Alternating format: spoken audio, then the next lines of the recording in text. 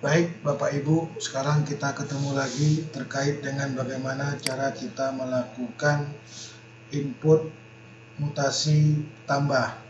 Nah, pada saat kita melakukan input mutasi tambah, maka kita masukkan seperti biasa ke data entry, kemudian pilih menu penerimaan, kemudian bukti penerimaan.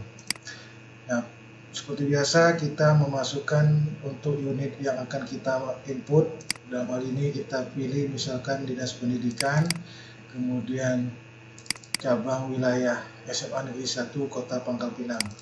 Nah, sekarang posisi kita berada di SMA Negeri 1 Kota Pangkal Pinang. Selanjutnya di sini ada beberapa menu. Yang pertama untuk pengadaan, transfer masuk, hibah masuk, dan koreksi tambah. Terkait dengan pengadaan yang biasa dilakukan oleh kita secara umum, maka kita akan masukkan pertama-tama dokumen yang perlu disiapkan oleh Bapak Ibu adalah dokumen SPJ, di mana dokumen SPJ tersebut terdiri dari kwitansi, tanda terima, kemudian purchase order, kemudian serah terima barang. Maka ada pengadaan di sini.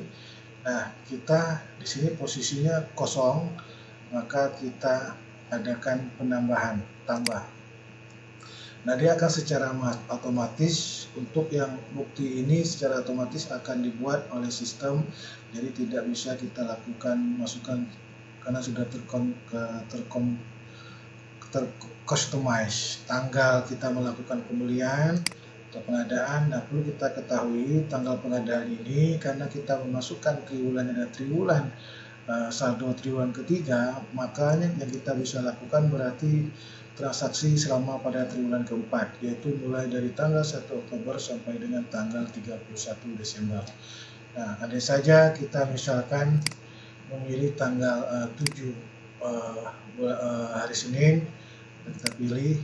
Nah, uraian ini kita masukkan sesuai dengan uraian yang akan kita tulis. Misalkan pembelian barang buku atau alat ATK. Nah, kemudian ini terkait dengan gudang yang kita terima, yaitu SMA Negeri 1 Pangkal Pinang. Nah, data ini semuanya sudah kita masukkan di awal. Untuk nilai, ini nilai belum bisa kita masukkan karena nilai ini akan dimasukkan berdasarkan kepada item yang kita beli. Terkait dengan sumber dana ada beberapa pilihan. Pertama, sumber dana untuk APBD 2 ini berarti kabupaten, APBD 1 adalah provinsi, APBN ini kita kategorikan dana BOS APBN.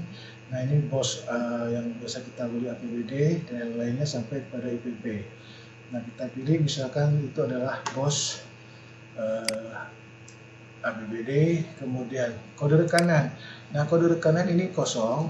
Kenapa sebabnya? Karena kita belum melakukan data entry untuk data supplier.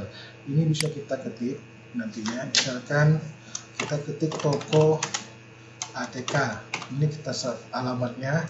Misalkan alamat jalan